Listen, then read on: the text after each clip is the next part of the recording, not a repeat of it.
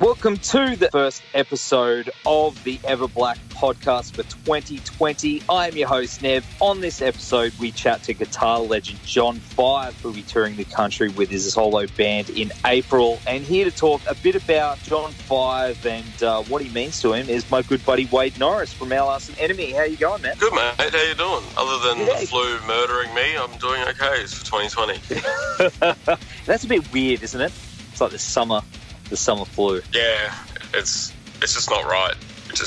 Everything's wrong about it. Yeah, and things could be worse, of course. It's not a very good time out there for a lot of Australians, but I hope you're on the mend very soon. Yeah, and hope people are donating. What is it at the moment? That one, 25 million.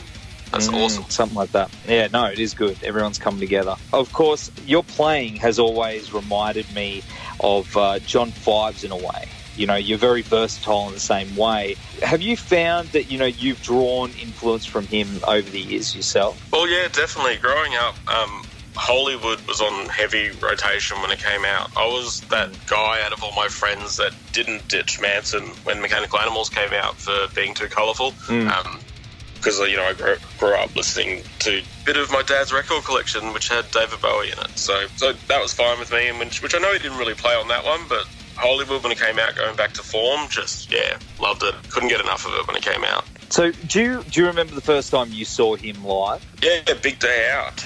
It was Mechanical Animals tour. That was, me in the front just going. I'd seen many live videos of Manson with previous guitarists, but never, you know, heard the guitar sound so tight live.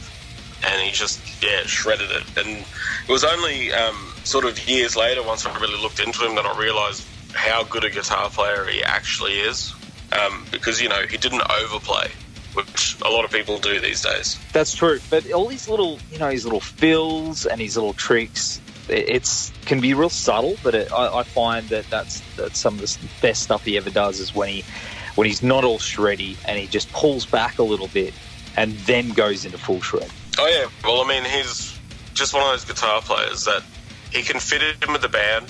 He can play, you know, completely solidly with the band, you know, showing how good he is without, you know, trying to outshine everyone else. So he's fitting that band situation, but at the same time, when you hear his solo stuff, it just melts your brain. It's just, that's when you sort of go, oh, this has just wowed me. And then you realise that you're never going to be as good as he is. He's such a phenomenal player, and I love his new album, Invasion, man. It's so good. Like, have you seen the video for Zoinks? No, I haven't. I've been a bit slack, but I'll definitely be looking at that after this. Oh, dude, it's the best. It's like full old school Hanna-Barbera throwback to like Scooby-Doo and stuff like that. It's really actually, cool. Yes, I think I have seen that. Yeah, that is fucking awesome. Have you got a John Five song that sticks out to you that, you know, might be a special moment for you throughout his career that maybe has influenced you? Well, I mean, okay, I'm, you know, being way more into, I guess, his Manson days from being a tiny little goth kid. It was when I first heard the astonishing Panorama of End Times, that solo in it, where he just absolutely shreds it, but it just sounds like a machine. He's just doing this intense, like, crazy sweep picks that I didn't understand how it could happen. It's just, it broke me. Was overwhelmed pretty much by how someone could make a guitar sound like that. Because at the time, I mean, I was playing a couple of power chords and I thought I was awesome. You are awesome. No, but at the time, though, I was literally just playing a few power chords and thinking I was incredible, and, you know, but yeah, just that sound. It sounded mechanical, but it wasn't. Yeah, man. And then, like, you know, years later, I, you know, saw him with Rob Zombie, and then, you know, Thunderkiss 65 never sounded so good. It's true. It is true. And funny story about John Five, when I was at my first year in radio, I was at Soundwave, and I was waiting around the back, and I was sat at this table, and he walks towards me, John Five, and I thought, you know, he's like, I'm here for the interview. I'm like, I thought, you know, the stars have aligned, everything's come together, and just so I was about to go, yeah, cool, let's do it, the real journo came in, and he was like, oh, sorry, man, well, I hope you have a good day. So years later, almost finally got my chance. I'm definitely appreciative of his time. He was a really cool guy, and just to hear him talk about even like the stuff he did with Rob Halford, like that 2 album, I love very, very much. That's a special album. That was another one I only listened to years later. It was just like someone's like, I'm listening to too much Judas Priest, and someone goes, "Oh yeah, you've heard his industrial rock album, haven't you?" I didn't even know he did one, because once again I was slacking, not up with the times, and he nailed that one too. I mean, I guess like it's the funny thing is like when you're that teenager reading Guitar World magazine, and then like you're like, oh, I really want this, like he had a signature double cutaway Ibanez back in the day before he was playing Telecasters, and it's like, I really want that. And you go into the music store and you just pick it up off the shelf and just play that, and then you beg your parents to buy it, and of course they say no. So then you somehow convince them that instead, I'll get the pedal that he uses for his distortion instead. So I ended up with the Ibanez Smashbox, and which was the first pedal I had that actually had a noise gate in it, and I was amazed that I could stop playing and it was silent.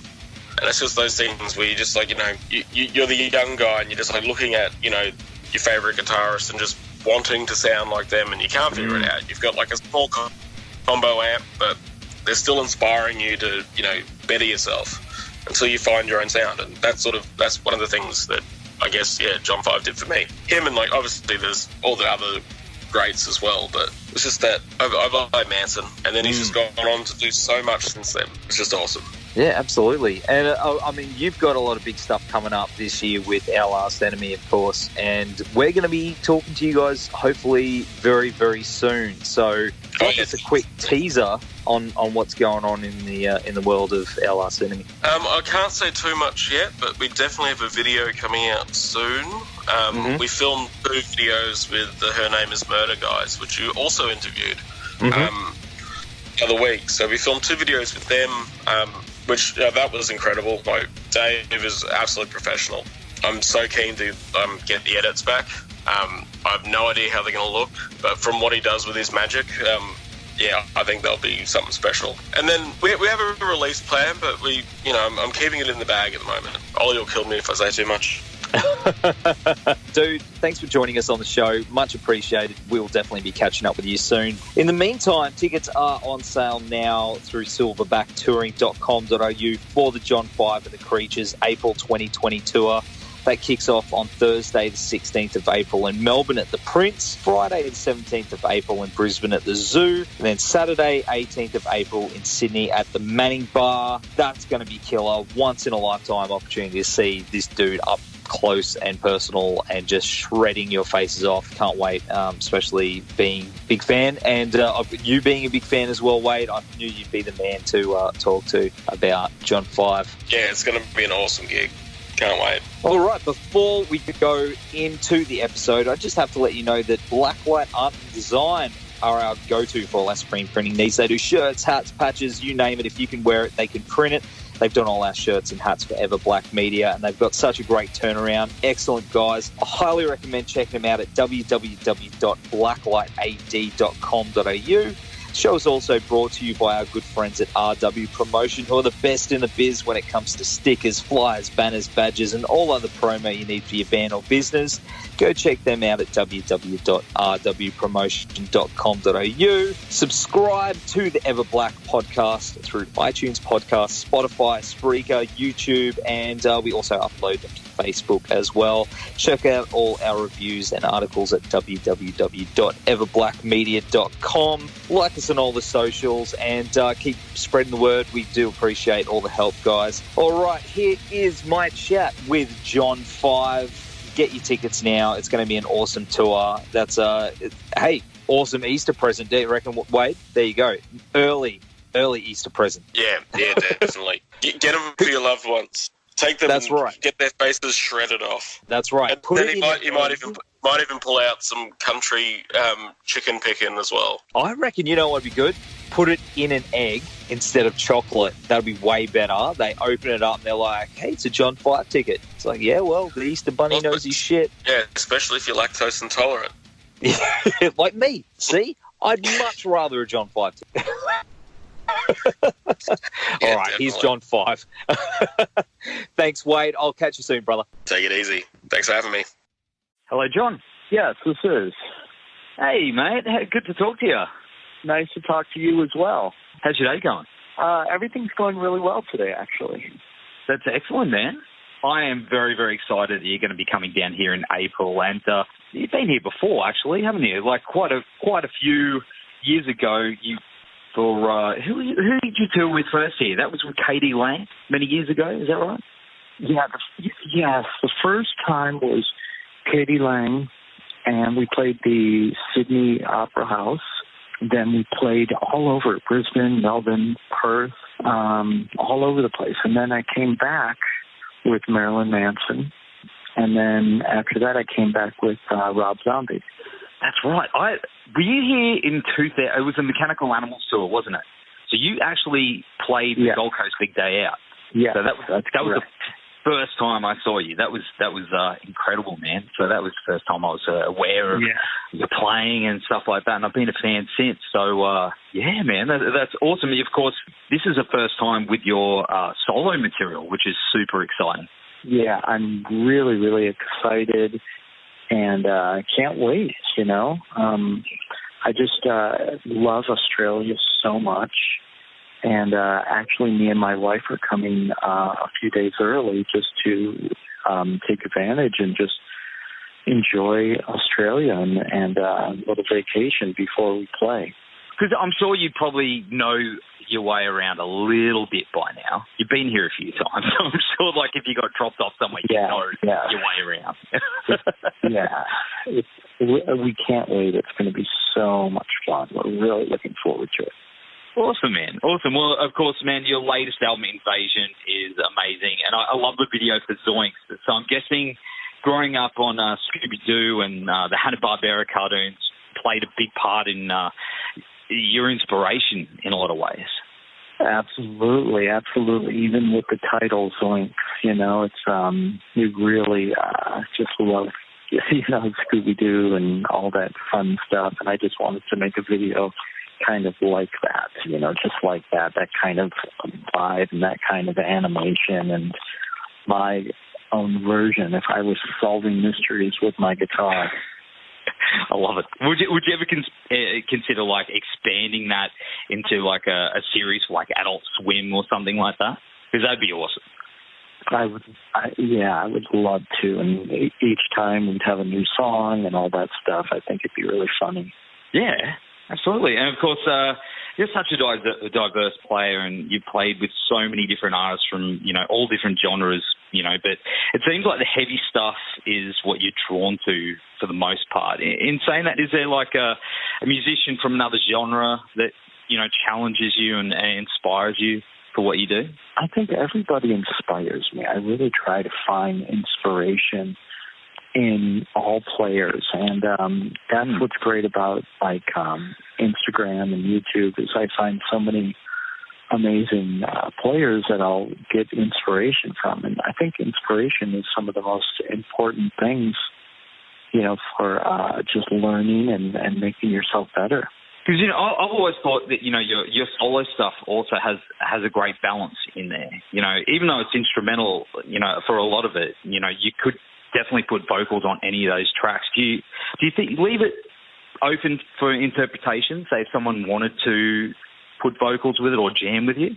Well, I have a singer who's Rob Zombie, and so I think I'll just keep it instrumental. But yeah, a lot of me and Rob will come up and we'll just start working on music and. So, yeah, I just want to keep it all instrumental. Other than, Rob and, Katie Lang and some of the other vocalists that you've worked with, has there been one in particular that has really pushed you creatively and helped open your mind to a few things? Oh, all of them. I really enjoy, I try to get as much knowledge as I can from all the artists I work for, and I'm like a sponge, I'll listen to what they're talking about and what to do and what not to do and all that stuff. So it's really I try to get as much knowledge as I can from these guys, and I've learned a lot from every artist I've worked for. I've learned so much. When it comes to working with dudes like Rob, do they come to you first with like the concept or vibe of the album, and give you the reference material and say, hey, this is what I'm going for, or do they just let you go nuts like you do with your solo stuff? No, like me, whenever I'm writing with somebody, we always talk first of what they're looking for and what the vibe is, and we'll figure out what that artist is looking for, and it really is a good thing because the communication with the artist is important. So you know exactly what they're looking for and what they want. I'm a big fan of the 2 albums you did with Halford. I've been a massive fan of that for a long time. I love it. Would you ever revisit that with Rob? If Rob called you up and said, "Hey mate, let's do it again," would you be keen? I mean, it was so much fun, and we had a great time. So I love Halford, and we are very good friends. And if he ever wanted to write some songs, sure, of course. I'm always up to write some songs with Eddie Halford. That would be awesome. In regards to your own solo material, I mean, it just seems like you've just got this endless stream of creativity. It's just unreal, man. Do you have a daily writing routine where you have to sit down in the morning for a certain amount of time to get that creative flow going? I always am playing the guitar. Always.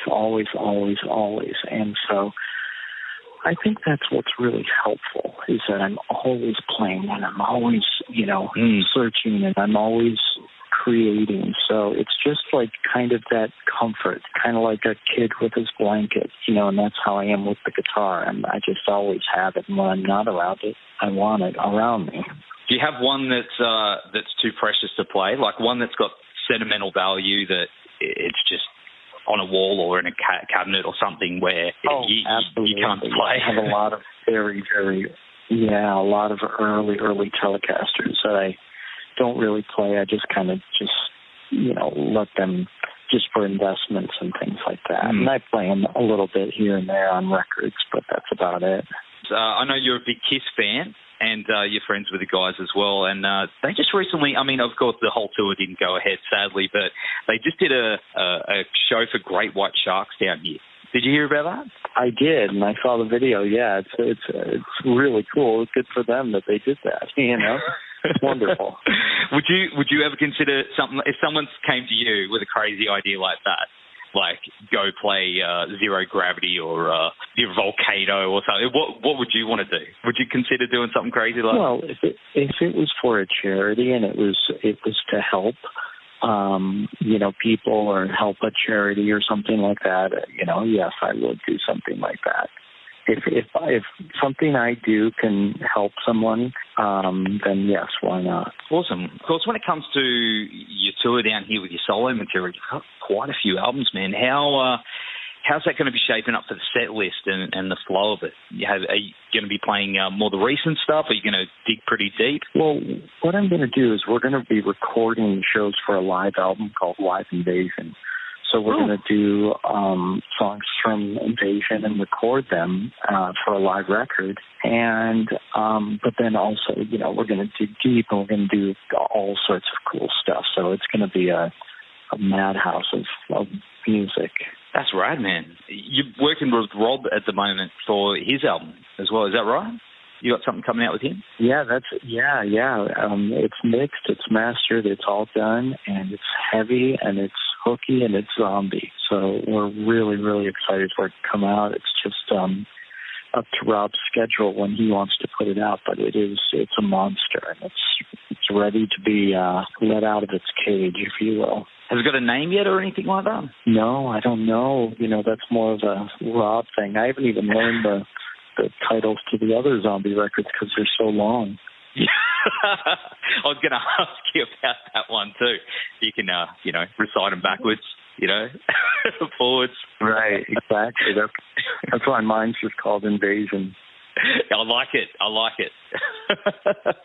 So, I mean, you're always on the go, man. You're always working on something new.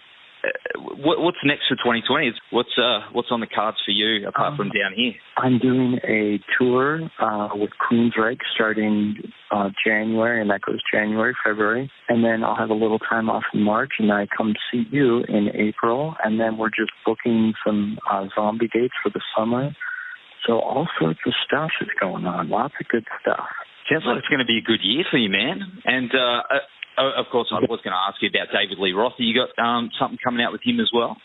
That's up to Dave.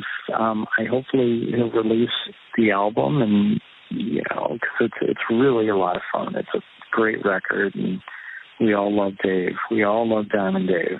Mate, every time before I play a show, it's my ritual. I know if you've got a ritual before you go on stage, but I chuck my headphones in and I listen to some Van Halen. That's what gets me pumped.